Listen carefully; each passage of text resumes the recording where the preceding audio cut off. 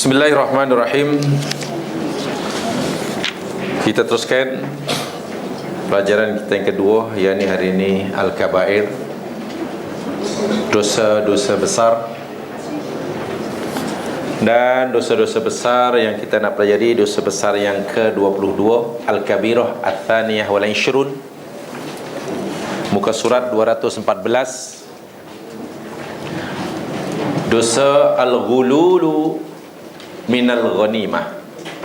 Al-ghululu minal ghanimah, curang atau menipu terhadap harta rampasan perang.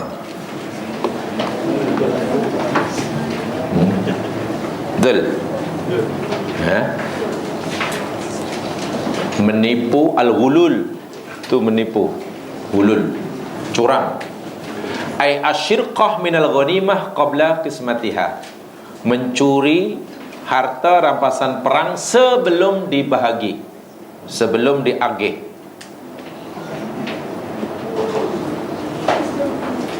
Imam An-Nawawi berkata, telah ijma' ulama bahawa perbuatan ini termasuk dosa besar. Qaliluhu wa kathiruhu haram, kata Imam An-Nawawi.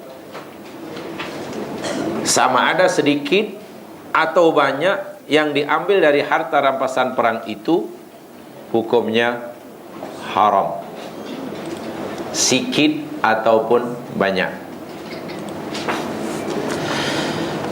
Apa itu hulul? Hulul ditakrifkan dalam buku ini, ditakrifkan sebagai mengambil sesuatu dari harta rampasan perang secara rahsia, sembunyi-sembunyi, sebelum diagih-agihkan oleh ketuanya, panglima perangnya, oleh imam atau khalifah. Barang yang diambil itu sama ada berupa barang yang diambil itu sama dengan barang curian, dan yang dosanya termasuk dosa besar. Juga termasuk dalam kategori ini mengambil harta benda yang berasal daripada baitul mal atau harta zakat yang diamanahkan orang kepadanya.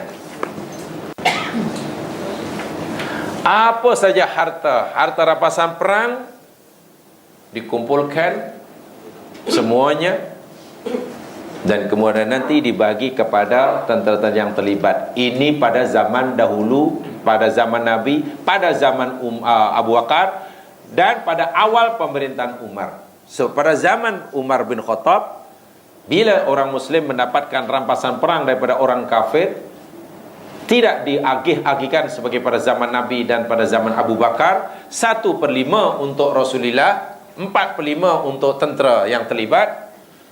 Tapi oleh Umar diambil semuanya, masukkan pada baitul mal, dan tentera-tentera yang terlibat diberi gaji.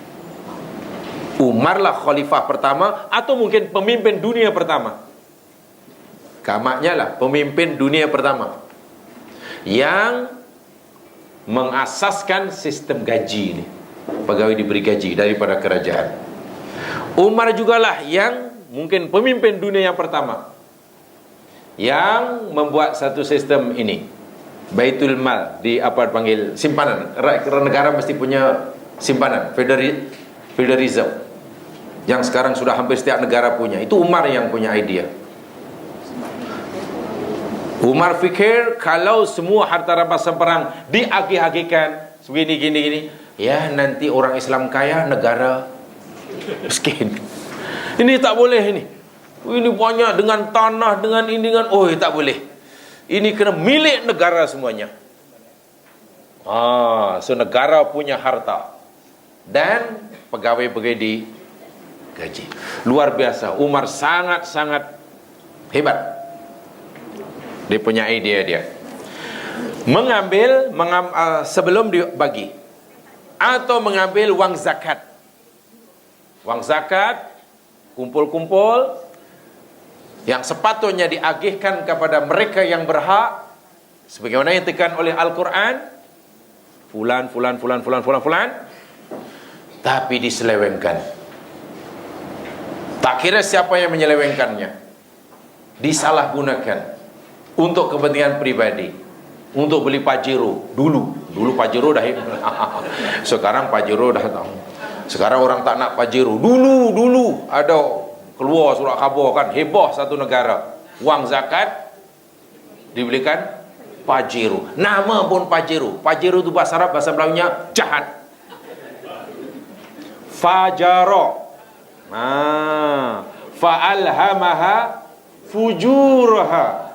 Fajara yafjuru, fujur, fajir. Orangnya panggil fajirun. Fajirun itu mana yang jahat. Jadi jangan pakai kereta Miro. Jangan. Jahat. Jangan pakai. Kalau jamaah tak nak, bagi saya. Itu fatwa songsang namanya. Salah. Ni wang zakat, ada yang berhak ni. Jika orang enggan bayar zakat pun diperangi oleh Abu Bakar. Dan mereka yang berhak sebenarnya tidak perlu menuntut. Tidak perlu menuntut. Atau apa yang jadi Baitul Mal, termasuk Baitul Mal. Kan yang masuk Baitul Mal tidak semua uang zakat kan, uang infak, uang itu. Diperluas pemahamannya oleh ulama-ulama kontemporari. Yakni uang-uang amal jariah, kutipan-kutipan di masjid, uang kutipan collection hari Jumaat di masjid dah disetujui. Dah yang orang bagi itu untuk kepentingan rumah Allah. Tiba-tiba yang mengurus, yang memegangnya, yang si benda hari dengan bendahara ni mana lebih besar? Oh, benda adik-beradik lah kot. Oh, dah hari besok. Saya ingat dulu bendahari perempuan, yang bendahara lelaki. Sebab ada putra-putri kan. Dosa, haram. Apa hukumannya? Nanti tengok dia, balasan dia. Banyak sekali diselewengkan. Atau mungkin orang buat satu pertubuhan NGO ke apa ke, kan? Ya, mungkin yang pertubuhan Islam dakwah, banyak sumbangan sana sini, lalu diselewengkan. Dia mengambil dengan senyap-senyap itu, mana mencuri lah. Sedangkan jika diselewengkan sama-sama, itu pun tak boleh. Bukan curi-curi, terang-terangan, tapi sama-sama. Apa kata duit ni banyak tu sebenarnya. Apa kata asalnya syaratnya semua sepakat, EJK semua sepakat. Apa kata kalau kita untuk book, sebab ini ada murah ni, AS yang murah ni. Saja nak melancong dengan duit kutipan ini. Dosa. Hulu. Al-Quran telah memberitahu kita tu. Tengok di dalam surah Ali Imran ayat 161. Rasul sallallahu alaihi wasallam ada masa itu zaman ada sahabat yang mungkin suudzon kepada Nabi. Seorang sahabat suudzon kepada Nabi. Ya, mungkin orang munafik lah, ada sifat-sifat nifak lah tu. Dalam surah Ali Imran ayat yang ke-161 tu. Jadi ketika Nabi SAW tak membahagi sesuatu harta rampasan perang, mereka ini kurang percaya dengan kejujuran Nabi. Mereka kurang percaya dengan ialah amanah Rasul SAW. Wa makana, lalu mereka tuduh Nabi ataupun suruh Nabi supaya jujur, supaya Nabi ini tidak tipu, tidak hulul, supaya Nabi tidak khianat. Supaya Nabi tidak khianat. Lalu Rasul sallallahu alaihi wasallam mendengar, kalaulah bukan aku yang amanah, siapa lagi? Siapa lagi? Kalaulah bukan aku yang melaksanakan amanah ini. Jadi sebelum ayat ini ada sababun nuzulnya. Sababun nuzulnya yakni anna hadhil ayat nuzilat fi adail wahyi. Rasul sallallahu alaihi wasallam banyak riwayat yang berkaitan. Satu di antaranya daripada Ikrimah dan Sa'id bin Jubair, anal ayat nuzilat fi qatifati hamra. Ada satu macam selendang lah. Selendang ke selendang ya? Selendang yang di tu. Selendang nama dia. Hamra berwarna merah. Alah, sekarang trend itulah pakai selendang, pakai jubah, mesti selalu dilekat sini. Bukan yang dililit kat leher tu sejuk. Kalau apa ni, serban ya, serban yang di selimut tu pasal sejuk. Sekarang kan macam fashion kan, jadi style ni, lebih tu dipakai pin lah supaya tak jatuh. Kalau tidak jatuh. Memang ada trend tu sekarang tu. Ya, terserah, kalau minat ya buatlah, tak minat. Jadi ada hamra, apa, selendang fakidat yaumadrin, selendang berwarna merah yang cantik ini termasuk harta rampasan perang yang diperoleh oleh orang Islam pada peperangan Badar. Semua orang tahu cantik selendang tu. Faqala Badrul Juhali, suatu hari dia hilang, tak ada. Masa bagi tak ada. Mana selendang tadi ya? Kami pernah nampak cantik benar, tapi tak ada sekarang. Adalah sahabat yang itulah saya kata tadi, ya, dia ada suudzon, atau mungkin dia ada penyakit nifak. Dia berbisik, la'alla Nabi sallallahu alaihi wasallam ada. Jangan-jangan Rasulullah yang ambil. Ya, dia tak beri kuat-kuat lah. Karena tak kuat pun jadi jangan-jangan Nabi yang ambil. Mana tahu Nabi suka. Jangan-jangan Nabi yang ambil. Sebab Nabi kena suka hari itu. Nabi cakap sebab sekarang tak ada. Siapa yang ambil kalau bukan Nabi? Ada subhanallah. Ada ke Nabi di suudzon Nabi itu sekali? Begitu jahat tuduhan dia kepada Rasul sallallahu alaihi wasallam, walaupun tidak dikatakan engkau kan, tak kata begitulah. Fanazalat ayah, maka turunlah ayat ini. Wa ma kana linabiyyin ayaghullah. Tidak mungkin Nabi itu dusta, curang, menipu. Hulul. Wa may yaghlul ya'ti bima ghalla yaumil qiyamah. Siapa yang menipu, yang curang harta, mengambil yang bukan haknya, nanti ya'ti itu datang di akhirat, nanti datang bima ghalla yaumil qiyamah, pada kiamat membawa apa yang dia ambil dengan curang tu. Kalau dia diambil dengan curang itu, katalah seekor kambing, ya kambing itu ada di pangkuannya, ada dalam sini yang mana diletakkan, diduduk di pangkuan, jadi susah nak berdiri sebab dia sambil mengangku kambing. Kalau seekor unta, iya memang lembu. Ni hence, ini ini mau korban, ini korban, tolong berikan ya, ini korban ni mungkin ada 3 ekor lembu. Dibelikan 2 ekor kambing. Karena tu diberikan 2 ekor lembu, wah boleh 3 tu. Yang seekor maknanya dia sudah gulul. Maka yang seekor ni duduk di pangkuan dia. Sementara bakhil, kalau dia dulu kena kita belajar, yang bakhil, apa yang kita bakhilkan itu sayutawwakuna yaumil qiyamah. Benda yang ia bakhilkan, yang sepatutnya diberikan tapi tidak diberikan, dililitkan di lehernya. Benda yang bakhil dikalungkan, dililitkan di leher. Jadi kalau orang itu dah menipu dan bakhil, susah, lehernya terbelit, dan haribaan dia, so itu azab yang luar biasa. Memang dosa besar. Jadi ayat ini turun karena orang berbisik itulah, jangan-jangan Nabi yang ambil. Mana tahu Nabi yang ambil. Allah dengar, Nabi tak dengar. Allah dengar, nabinya dipermainkan seperti itu. Turun ayat, tidak mungkinlah seorang nabi yang aku lantik, aku kasih itu menipu, curang dalam pembagian. Siapa yang curang, yang mendapatkan dengan curang dan menipu, di akhirat apa yang dicurang itu akan dibawa, dan dalam hadis dijelaskan diletakkan di haribaannya, di pangkuannya. Sementara ia bakhilkan, dililitkan di lehernya. Imam An-Nawawi kata, tak kira besar, tak kira kecil. Kocik ke, besar ke, haramun. Kalau benda yang kecil pun jamaah sekalian, ya, subhanallah, akan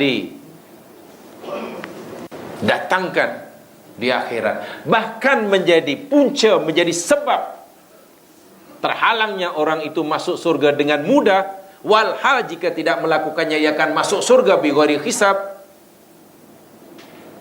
karena ada penghalang nih. Ini banyak dalam hadis itu disebutkan, hadisnya panjang. Di sini ada bukan satu dua sebenarnya hadisnya. Hadisnya panjang, banyak. Satu di antara hadisnya begini. Ya, satu di antara hadisnya hadis daripada Bukhari Muslim. Riwayat Bukhari Muslim daripada Abi Hurairah, tapi lafaznya lafaz Bukhari. Abu Hurairah kata, pada suatu hari dalam peperangan Badar kami keluar dengan Rasulullah SAW. Falam naqdim dhahaban wala fiddah. Di sini ada terjemahannya panjang itulah. Di sini ada terjemahan yang panjang tu. Pada satu peristiwa kami keluar bersama Rasulullah SAW menuju Khaybar, dan kami tidak mendapat menguasainya, dan kami juga tidak mendapatkan rampasan perang sama ada emas ataupun perak. Tak ada. Illal amwal wa thiyab wal mata. Ya, kecuali hanya harta rampasan berupa kain, baju dan makanan. Perang harta rampasan, makanan dan baju. Yang makanan boleh dimakan, ya, ulama sepakat, sebab kalau makanan pun tak menunggu diagihkan, agihnya seminggu, rusaklah. Yang makanan boleh.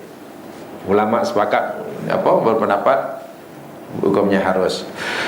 Kemudian fa'ahda rajul bi Bani Dhabib yuqalu Rifa'ah bin Zaid. Ada seorang hamba sahaya, yang dihadiahkan, nama dia Rifa'ah bin Zaid, kepada Rasul sallallahu alaihi wasallam. Fawajjahu Rasul sallallahu alaihi wasallam ila Wadil Qura. Kami pun pergi menuju ke satu tempat. Nama tempat itu yakni Wadil Qura. Wadil Qura namanya. Ikut dengan Nabi SAW. Kita itu seorang hamba itu tadilah, lagi yang dia akan, yang nama dia Rifa'ah bin Yazid itu. Apabila kami sampai tiba di Wadil Qura, idza kana bi Wadil Qura bainama dunya khatu rahlan li Rasulillah SAW idza samun ghair. Hamba sahaya yang dihadiahkan tadi terkena panah.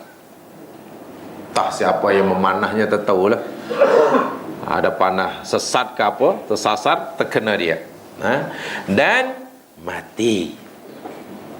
Terkena panah, mati.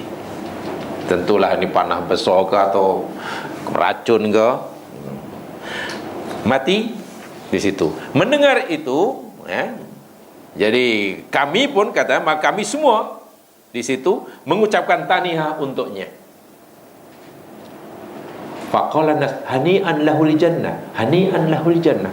Semua kami ucapkan tahniah, bertuahlah dia ahli surga, bertuahlah dia mesti ahli surga, bertuahlah dia surga. Ialah mati di medan perang, terkena panah, takkan masuk surga, mati syahid. Semua kami, kata Abu Hurairah, hani'an lahul jannah, kami ucapkan tahniah kepada orang itu sebab dia ahli surga, bukan ditangisi. Ini bezanya orang di dunia sekarang dan dunia dahulu. Orang dahulu bila orang mati dan mati syahid ahli surga, mereka mengucapkan tahniah.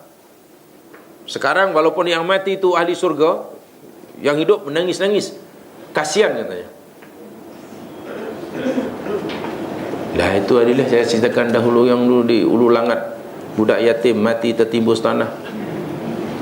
Dahlah yatim, belajar agama, belajar hafaz Quran, tertimbus tanah, mereka belum balik. Kan menurut faham ahli sunnah wal jamaah, ahli surga ya, belum balik.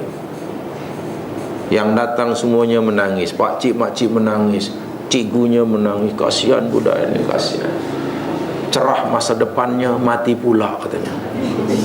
Wahal pandai matematik, mati pula, kasihannya lah. Kasihan langgona, apalah nasib engkau katanya. Dahlah yatim, mati tertimbus katanya. Dia tak tahu kalau si yatim itu dihidupkan sekejap, pasti akan tegur si makcik, pakcik yang nangis tadi. Makcik-pakcik janganlah tangisi saya nak pergi surga. Tangisilah makcik sendiri yang belum tentu. Mungkin dia sebab kita ni pelik. Apa tangisi saya nak pergi surga lah makcik. Elok makcik nangis untuk diri sendiri sebab belum tentu. Kami pun ucapkan tahniah hanian, ini ahli surga ni. Faqala Nabi sallallahu alaihi wasallam, kalla. Apa pula kamu ucapkan tahniah kepada hamba yang terkena panah dan kamu fikir saya tidak. Kalla. Tidak, kata Rasul sallallahu alaihi wasallam. Jadi demi jiwaku yang berada pada genggaman tangannya, walladzi nafsi biyadih, demi zat yang jiwaku berada pada genggaman tangannya, maknanya demi Allah Subhanahu wa taala. Inna syamlah allati akhadaha yauma Khaybar minal ghanaim lam tusibhal maqasim tas'ailu alaihi nar. Sesungguhnya jubah yang dipakai, baju yang dipakai untuk menutupnya, sebab waktu itu nak pakai baju, dia sebenarnya ambil daripada Khaybar. Kan tadi barang Khaybar tak dapat harta rampasan perang ya, hanya baju dan makanan. Si hamba tadi ambil baju tu, orang tak tahu. Dia fikir alah baju je, pakai je lah. Dia niat untuk memilikinya. Ketika ia mengambil sesuatu yang belum jadi haknya, belum dibagi, mati. Nabi kata baju yang dipakainya itulah yang nanti akan membakarnya di neraka. Coba, apa sebabnya? Hulul.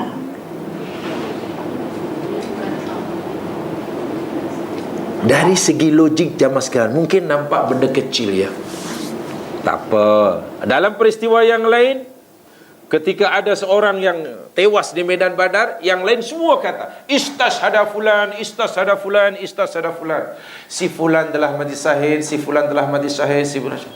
Bertuahlah dia mati syahid, dia mati syahid. Nabi kata kallah walladzi nafsi biyadi.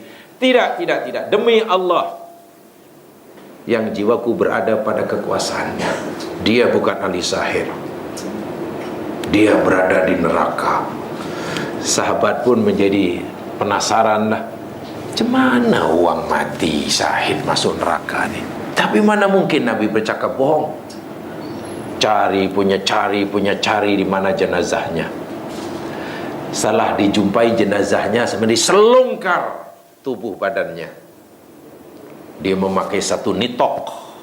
Nitok itu maknanya tali pinggang yang ada tempat untuk simpan barang tu. Yang Pak Haji pakai warna hijau tu dah.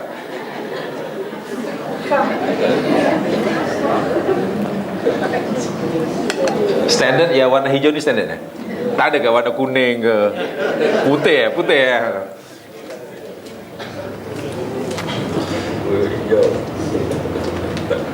Saya ingat 97 yang 97.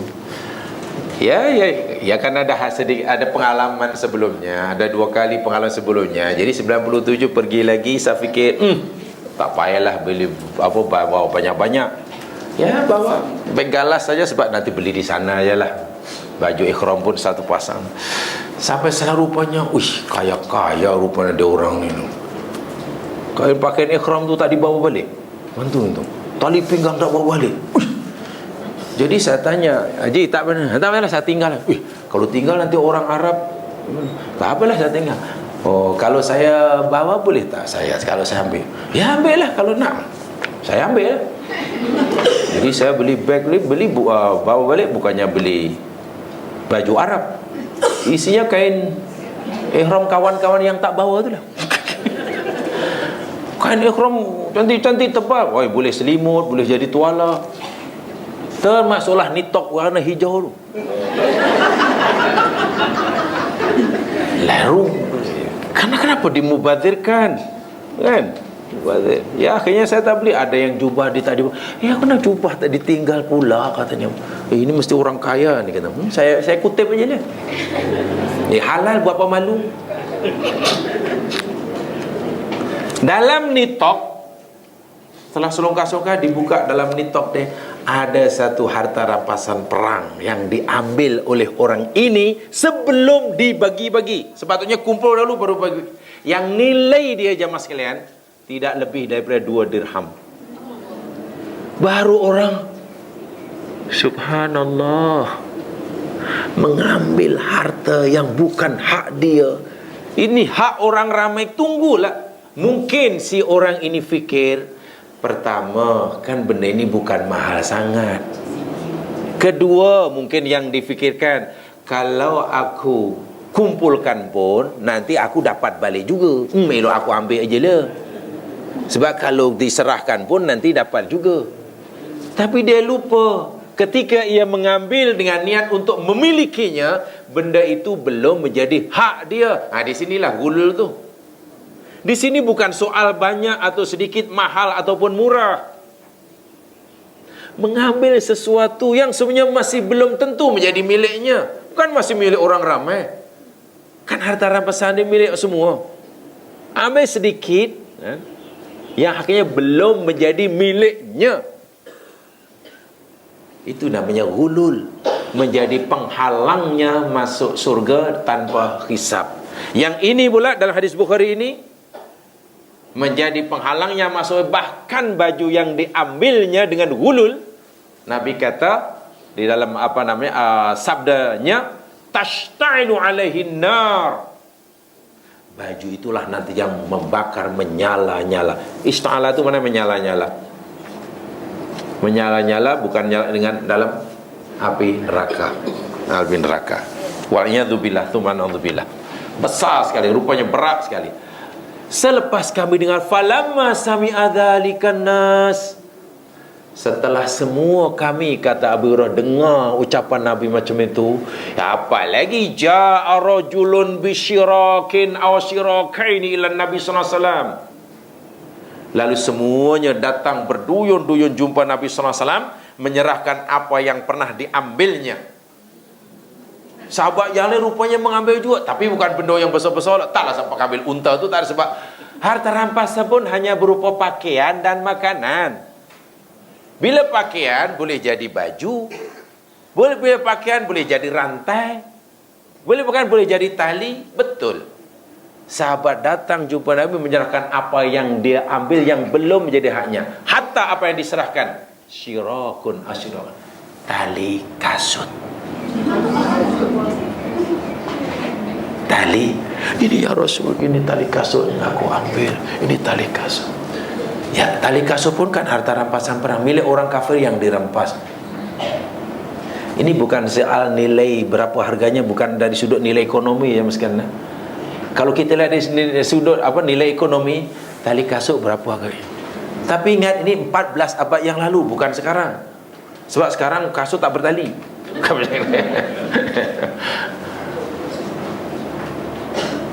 Jadi pada zaman bila dapat itu, diserahkan semuanya. Takut faqala syirakun minar asrakani minar. Nabi pun bagi amaran seperti itu. Tali kasut atau 2 kasut dapat memasukkan syirakun aw minarin aw syirakan minar. 1 tali kasut ke, 2 kali kasut ke, 3 ke, dia adalah minanar, boleh menyebabkan dia masuk neraka bila diambilnya sebelum menjadi haknya. Inilah dosa ghulul yang sangat dahsyat, besar, sangat besar. Jadi lagi sekali, jangan melihat kecilnya nilainya, nilainya yang kecil, yang sedikit. Tapi lihatlah niat ketika orang tadi niatnya mesti ingin memiliki, mengambil sesuatu yang belum menjadi miliknya. Itulah ghulul. Sekarang tak ada harta rampasan perang, tapi dalam kitab ini jelaskan oleh Imam Adhabi, termasuklah harta zakat, termasuklah baitul mal, termasuklah uang masjid, termasuklah uang surau, termasuklah uang macam-macam lah, bantuan. Kuasa ada di sana ada bencana alam ya, sekarang kita kutip bantuan gini macam ini ya, kena berhati-hati. Dalam perkara ini kena berhati-hati, sebab dosanya sangat-sangat besar, boleh menghalangi seseorang masuk surga tanpa hisab. Bila orang itu matinya mati syahid lah. Bila matinya mati syahid, boleh. Ada satu kisah, ini bukan pada zaman Nabi tapi pada zaman Umar bin Khattab. Umar bin Khattab kan orang yang sangat takut pada Allah. Karena dia takut pada Allah, semua makhluk pun takut pada Umar. Siapa yang takut Allah sahaja, atau siapa yang Allah sahaja ia takuti, Allah akan jadikan semua makhluknya takut pada orang itu. Siapa yang tak takut Allah, Allah jadikan orang itu takut pada semua makhluk Allah. Siapa yang takut Allah sahaja, Allah akan jadikan semua makhluk Allah takut pada orang itu. Jin takut, setan takut, semua takut. Syaratnya orang itu takut pada Allah sahaja. Tapi siapa yang tak takut Allah, Allah jadikan orang itu takut pada semua makhluk Allah. Jangankan hantu, jangankan tuyul, dengar cicak bunyi malam Jumaat pun takut. Nak pergi berjalan, kucing hitam melintas, takut. Kemai rumah, tiba-tiba ada lukisan kat dinding jatuh. Apa pula lukisan jatuh ni? Tanya. Nak, ni mari apa nak? Malam Jumaat, mak. Malam Jumaat. Ya, lukisan kat dinding jatuh. Ya, memanglah paku tu dah berkarat jatuh. Umar orang paling takut pada Allah, sehingga setan pun takut. Pada zaman pemerintahannya, kan Umar ialah orang yang sangat-sangat adil, jujur. Orang yang berkewajiban mengeluarkan zakat jumlahnya makin bertambah. Sementara pada zaman Nabi khasnya, dan juga pada Abu Bakar, orang yang berhak menerima zakat jumlahnya ramai. Dalam jangka yang relatif singkat, di Madinah jumlah orang miskin dikurangi, jumlah orang kaya bertambah, sehingga ramai orang yang wajib keluarkan zakat. Bagi memudahkan mereka membayar zakat wajibnya, Umar lantik pegawai. Salah seorang yang dilantik yakni Abu Hurairah radhiyallahu an, dilantik menjadi PPZ.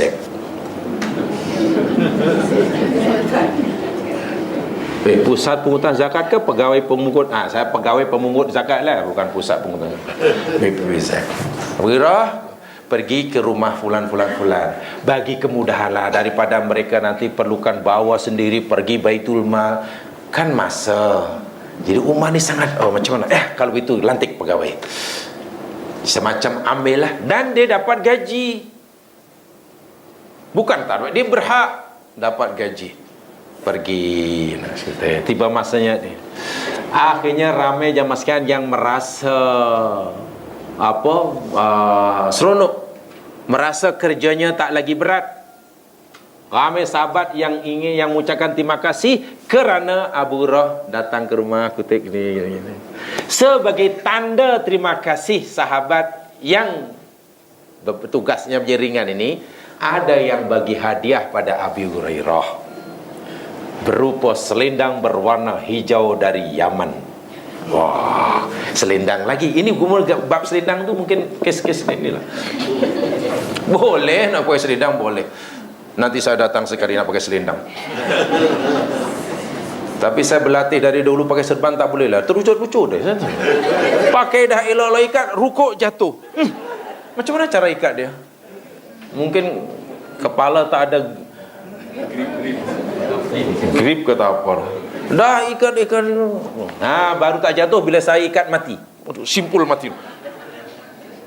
Itu dah macam pahlawan hang tua pula. Tak boleh, tak cantik bentuk dia. Kalau boleh kena sesekali ingin jugalah. Tapi itulah, baru dah siap dia rukuk dah jatuh. Agaknya kena butak agaknya baru boleh. Dibagi hadiah selendang berwarna hijau. Ya, terima, namanya hadiah halal. Bukan riswah, bukan apa, bukan curi, bukan hulul. Ni sebagai apa? Tanda terima kasih. Terima kasih Allah, karena dengan kamu ini kami jadi sekali mudahlah. Tak payahlah bersusah payah berpenat-penat pergi ke Baitul Mal. Pakailah Abu Hurairah. Sehari 2 hari. Orang tak perasan, tapi Umar ni perasan.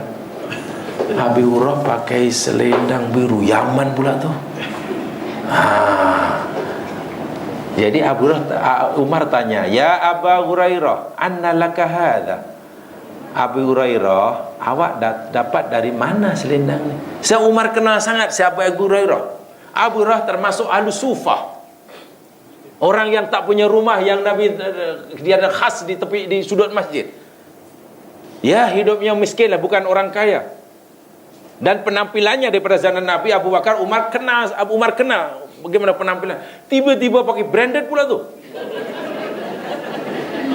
Ini ialah kalau yang pakai tu Abdurrahman bin Auf, Umar tak tanya. Bila yang pakai selendang tu Abdurrahman bin Auf, tak tanya. Ini si Abu Hurairah. Biasa macam pasar malam, tiba-tiba branded ni dari mana dapat? Umar tidak suudzon. Umar hanya ingin tahu, anna laka hadza, Abu Hurairah, kau dapat dari mana? Macam Maryam alaihissalam di biliknya penuh dengan rezeki, sementara Zakaria alaihissalam belum mengantarnya, memberinya. Zakaria terkejut, tanya kepada Maryam, "Ya Maryam, anna laki hadza?" Maryam, dari mana kau dapat semua ini? Nabi Zakaria tidak tuduh Maryam mencuri, sebab tak mungkin Maryam keluar mencuri, dan tidak mungkin ada orang masuk ke bilik dia. Tapi dari mana dapat? Jadi ingin tahu. Sebab yang dimilikinya, yang adanya di luar kewajaran, di luar batas kewajaran. Ya, seperti mana orang tak wajar, tak patut. Sebab biasanya, jangankan pakai yang mahal, pakai selendang pun tak pernah. Ana laka hadza, dari mana Abu Hurairah? Oh, ini wahai khalifah, ini ada sahabat fulan-fulan bagi kepada aku. Bagi, ya, dibagi sedekah sebagai hadiah.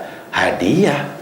Ya Umar, hadiah pasal apa? Ya, hadiah karena dia merasa tugasnya menjadi ringan, karena tak perlu lagi lah bawa zakat ke Baitul Mal, karena sadar ke rumahnya, jadi meringankan. Jadi sebagai tanda terima kasih, dia bagi hadiah ini.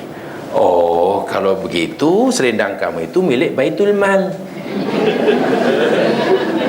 Sebab tak mungkin orang itu bagi kamu kalau bukan karena aku lantik kamu jadi PPZ.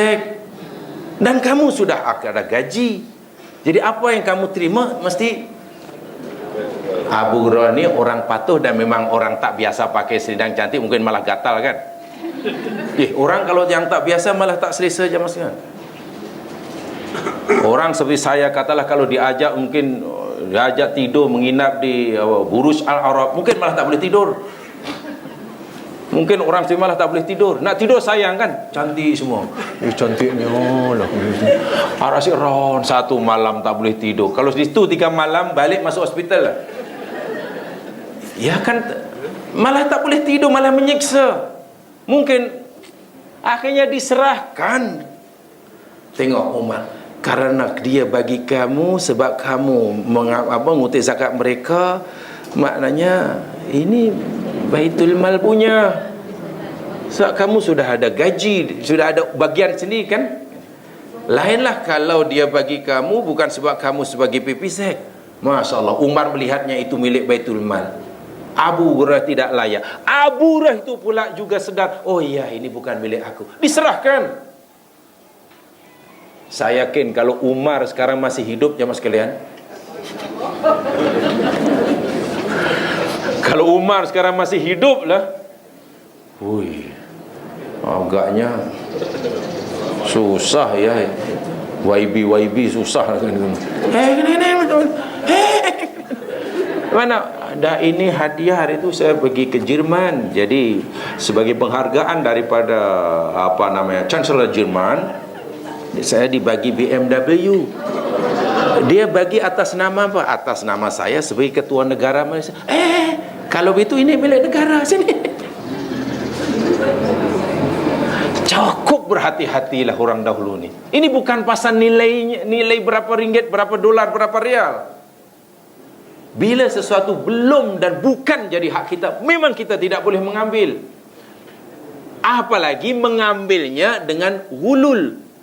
Mengambil dengan senyap-senyap. Hulul itu mana tak nak orang tahu. Itu dia lagi teruk lagi. Secara mengambil sepengetahuan yang sebab sudah dikira menghalalkan sesuatu yang belum halal baginya. Disitulah poin dia. Disitulah dosanya itu. Bila dia mengambil, maknanya ia yakin benda itu halal. Walhal dia belum halal. Menghalalkan sesuatu yang belum halal kan dosa besar. Jadi tak dilihat nilainya berapa. Kalau hanya nilai 2 dirham pun menyebabkan masuk neraka. Wahal dia petentera mujahidin. Kalau sekali baju pun juga menjadi yang membakar je neraka. Bagaimana ya bila yang diambilnya secara hulul yang bukan haknya ini, penuh dengan kong kalingkong ini, yang diambilnya balak 1000 ekar. Macam mana ya nak letak kat pangkuan, macam mana balak 1000? Ayuh, sedih, memang sangat menakutkan ya mas sekalian, sangat menakutkan, sangat menakutkan. Bukan masalah banyak atau sedikit, tapi itu sudah sesuatu yang dilarang oleh agama. Dan banyak sekali kisah-kisah hadis-hadis seperti ini jamaah sekalian, yang sebetulnya kalau kita lihat nampak macam remeh. Baik untuk keluarga Rasulullah SAW. Ini dalam hadis Bukhari, riwayat Abu Hurairah juga. Anal Hasan bin Ali, bahwasanya Imam Hasan bin Ali, walaupun sebut Hasan bin Ali, jangan kemudian ini Syiah nih, janganlah. Ini keluarga Nabi, takkan sebut Hasan Ali pun dah jadi Syiah pula. Sehingga ramai orang sunnah nak sebut Hasan bin Ali pun Hasan bin Ali. Macam mana tak berani kuat-kuat. Itu kerugian yang besar sekali. Saya kadang-kadang ada merasa sesuatu yang tak kena lah dalam dakwah kita ni. Tak tahu hati kecil kata begitu. Susah sekali kadang-kadang di masjid-masjid yang kita yang sunni ni ceritakan keluarga Nabi, khasnya walah cucu Nabi ni sangat disayangi. Ya mungkin karena Syiah sudah mendewakan, takut bila kita cerita nanti. Saya hanya membayangkan, hanya andaian lah. Katalah umpamanya ada ceramah umum di sana, ma'al hijrah. Kita pun buat ma'al hijrah, dipanggil untuk bagi sarahan ma'al hijrah. Sebenarnya bulan Muharram ke apa sana. Lalu ceritalah yang lain, cerita hijrah yang tu. Tiba-tiba kita cerita katalah Imam Hasan bin Ali. Kan satu di antara yang berlaku pada bulan Muharram kan peperangan ini. Karbala. Cerita Karbala. Saya yakin baru cerita mungkin jamaah itu Syiah. Apa pula cerita Hasan? Itu pensarah dari mana? Akhirnya kita tak tahu nak mencintai macam mana, kenal pun tidak biodata kekasih Nabi ini. Sebab kita rasa macam ada halangan-halangan psikologi yang membuat kita tak berani nak. Saya merasakan ada begitu di kalangan umat Islam, khasnya di Malaysia. Cukup. Walah yang berhak mencintai keluarga Nabi ini, semua bahkan hukumnya wajib. Salawat pun Allahumma sholli ala Muhammad wa ala ali Muhammad. Tahukah orang yang paling banyak dicium oleh Nabi yakni kedua cucunya? Tahukah Nabi pernah melambatkan bangkit daripada daripada sujud kerana astagfirullahaladzim, sampai bukan sebab ada malaikat turun ke apa ke. Ni cucu. Tahukah Nabi SAW sanggup menyambut cucunya yang lari menemuinya ketika Nabi mengangkat khutbahnya sambil digendong? Luar biasa. Tahukah kita bahawa Nabi pernah meninggalkan majlis ketika musyawarah dengan sahabat Nabinya, ketika anaknya Fatimah mengadu bahawa kedua anaknya tak ada di rumah, belum balik. Namanya budak-budak main tak tahu ke mana-mana. Jibril bagi tahu bahawa kepada Nabi, cucu kau ada di sana-sana. Terus Nabi pergi tempat itu. Rupanya betul budak tadi kepenatan mainlah tertidur di atas pasir, digendong oleh Nabi. Satu gendong depan, satu gendong belakang.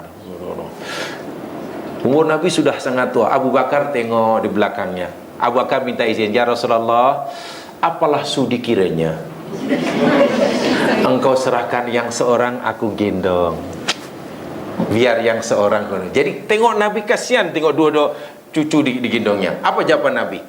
Ya Abu Bakrin, ma ahsanar rakib wal markub. Wahai Abu Bakar, alangkah indahnya lah kendaraan dan alangkah indahnya yang mengendarainya. Alangkah indahnya tunggangan dan alangkah indahnya yang menungganginya. Maknanya Nabi lah. Nabi tunggangan yang paling baik, cucunya yang tunggangannya. Luar biasa cinta Nabi kepada kedua cucunya ni. Memang tidak dinafikan. Adapun Syiah mendewa-dewakan, itu dia punya pasal. Tapi orang sunnah mesti ada peraturan sendiri, ada ni. Jangan sampai karena Syiah telah mendewakan, kita akhirnya macam takut-takut. Oh, itu bagi saya kerugian yang luar biasa. Yang luar biasa. Ya macam kita kepada Nabi Isa lah. Orang Kristian nak menganggap dia sebagai anak Tuhan dan dia masuk neraka, ya biar mereka. Tapi kita tidak boleh. Hanya karena Kristian mentuhankan Isa, lalu kita kata, jangan sebut Isa. Isa itu. Isa itu Rasulullah. Dan kita akui Rasul, kita jelaskan Isa itu gini. Begitulah maksud saya. Tapi insyaAllah di sini kalau saya cerita Isa, tak ada orang tuduh saya Nasrani kan? Tak ada kan? Kalau saya cerita Nabi Isa, insyaAllah tak ada orang kata, Kristian ya, Kristian. Sebab itu Tuhan Kristian tau. Dia tahu. Tapi saya yakin kalau saya cerita tentang Hasan Hussein mungkin, semenjak balik Iran 1 minggu dah berubah. Wah, pergi Iran nak beli kapet. Kadang-kadang kita ni berfikirnya terlalu sederhana lah jemaah sekalian. Jadi susah. Nak pergi Iran tu nak beli kapet Iran, katanya paling cantik. Jadi kena Imam Hasan bin Ali akhadha tamrah min tamrati sadaqah. Dia mengambil sebiji tamar. Tamar itu yakni tamar sedekah, sahabat. Sahabat bersedekah tamar. Lalu cucu Nabi yang kecil ini ambil. Ya namanya budak, cucu kan. Masih kanak-kanak diambil. Kemudian faja'alaha fi fihi. Lalu diletakkan di mulutnya, nak dimakannya tamar. Sebiji tamar. Qala Nabi SAW. Nabi pun negur cucunya ini. Dalam Bukhari boleh lihat. Nabi kata pada kakaknya, kih. Kaf kha baris bawah, kaf kha baris bawah, mati kih. Ya mungkin kita kal suruh apa?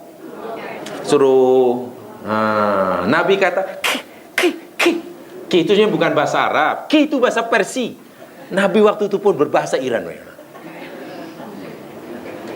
Ketika suruh cucunya ki itu bahasa Persia, maksudnya apa? Luahkan cucu, luahkan. Dah dipegang nak masuk dah. Amma ta'rif anna la na'kulu sadaqah. Cu, kamu tak tahu ke cu, bahwa kita orang ni, saya, aku, Nabi dan keluarga kita termasuk engkau cu, la ta'kulu sadaqah. Tidak dibenarkan oleh Allah makan sedekah. Tengok, tamar. Karena itu haram bagi keluarga Nabi. Tengok bagaimana Nabi menjaga benda yang wah sebiji tamar, dan itu tamar tu banyak. Tapi karena tamar sod, apa namanya, sedekah, apa ni, ini tak boleh. Hadiah boleh. Hadiah boleh. Mungkin kalau kita ambil sementara orang tak nampak, ambil. Walhal cucu Nabi waktu itu, katakanlah dia termakan. Dia namanya budak dan belum balik pun kan tidak. Tapi Nabi tahu, ya tegur. Amma ta'rif ana la naqsara. Tahu tak kamu, kita tak boleh makan sedekah anak, kita tak boleh makan sancung. Dalam Bukhari daripada Abu Hurairah. Nak tunjuk, jadi lagi sekali jangan lihat nilai dia. Nilai dia satu biji tamar tak tahulah berapa sen. Mungkin tak payah beli pun, minta pun bagi. Tapi karena bukan hak dia, haram, jangan. Ghulul bukan sekadar mengambil dengan apa namanya yang haram, senyap pula tu. Bil ghaib. Bil ghaib. Dan termasuk dosa besar, Imam An-Nawawi kata qaliluhu wa kathiruhu haramun. Ima banyak wa ima sedikit. Hatta seorang Syahid dijumpai barang curian yang diambil daripada harta rampasan dalam nitoknya yang nilainya subhanallah. Mungkin kita kata, alah biar je lah, bukannya banyak sangat. Ini bukan macam itu soalnya bukan seperti itu. Soalnya sudah dalam hati terkatilah dia menghalalkan sesuatu yang haram. Itu bahaya, sangat-sangat bahaya. Tidak boleh ya, hulul. Kalau mengambil harta orang lain, itu memang curi lah. Ini mencuri, ini bukan harta orang. Kalau harta orang lain yang jadi mangsa, yang dianiaya seorang. Sebab mencurikan seorang yang teraniaya. Bila hulu ni jamaah sekian, yang teraniaya ramai, sebab itu milik orang ramai. Kan antara masalah milik orang ramai. Jadi yang teraniaya ramai, dosanya besar.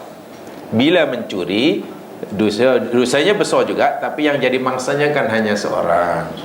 Kan masuk rumah orang, meragut, yang jadi mangsa seorang. Tak bayar hutang, tak berlebih, kan bi aja yang teraniaya seorang. Tapi kalau tak bayar hutang marah, banyak yang teraniaya. Hutang marah tak bayar, wahadah berjaya, bahkan jadi pengarah marah belum bayar. Macam mana?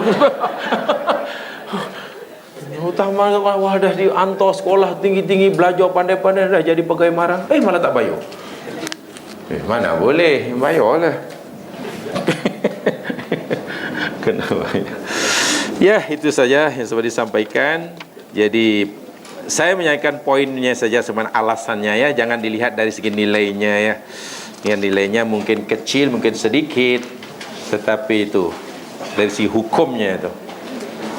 Hatta tali kasut pun Nabi kata boleh menjadi penyebab orang masuk neraka. Waliyadzubillah, mudah-mudahan Allah beri kita kekuatan, rupanya Allah celikkan mata hati kita, sehingga kita dapat membezakan mana yang hak, mana yang benar, mana yang hak, mana yang batil.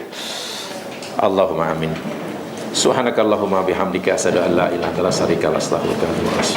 Innal insana bisilladzina amanu saliyat wa tawassaw. Assalamualaikum warahmatullahi wabarakatuh.